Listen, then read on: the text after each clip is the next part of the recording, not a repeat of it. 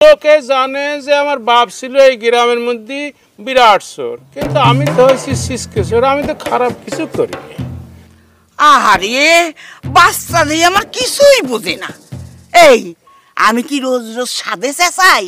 ওই কথায় আছে না, চোরের মায়ের বড় গলা। আমি সেই কথাটা অনুসরণ করে চলি। কেউ যদি এসে আমারে কয় যে আমার বদনা চুরি গেছে, এই আমি কব আমারও তো বদনা চুরি হয়ে গেছে, তখন কি রে, বুদ্ধিটা ভালো না? না মা, তোমার বুদ্ধি যে খারাপ সেটা আমি বলতে চাই না, তুমি আমার মা। কিন্তু রোজ রোজ এই যে কাঁচা ঘুমেতে তুমি চিৎকার করে জাগায় তোলো, যে আবার না ঘুমাতে পারে শরীরে কিরম কাবু হয়ে গেছে, এখন শীত কাটতে গেলি পারে আর আগের মতো বল পাই নে মা। এই তুই কি করছিস? তাহলে কি তোরে আমি ইসুকগুলির ভুসি গুলিয়ে দেবো? ভুসি বা ঘুষি কোনটাই লাগবি না মা। পাল্লি ভরে তোমার এই চিৎকার থামাও, আমি একটু শান্তি মতো ঘুমাই। ও আচ্ছা ঠিক আছে, তুই যা ঘুমো।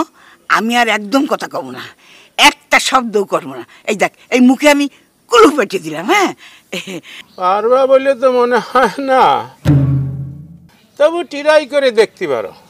এখন তুমি একটু কাছে আসো। কেন বাচ্চা? আরে যেটা করছি সেটা শোনো, একটু কাছে আসো মা। ক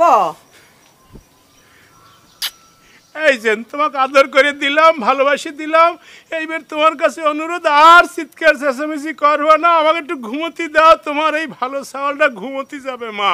আচ্ছা আচ্ছা তুই যা, ঘুমোতি যা, আমি আর একদম শব্দ করব না।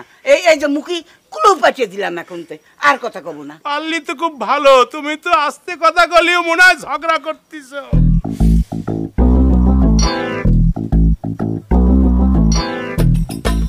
এই কোন গ্রামে বাস করতেছি? হ্যাঁ, সব চলে নিয়ে যাবে, ঘরে বাড়ি কিচ্ছু রাখা যাবে না।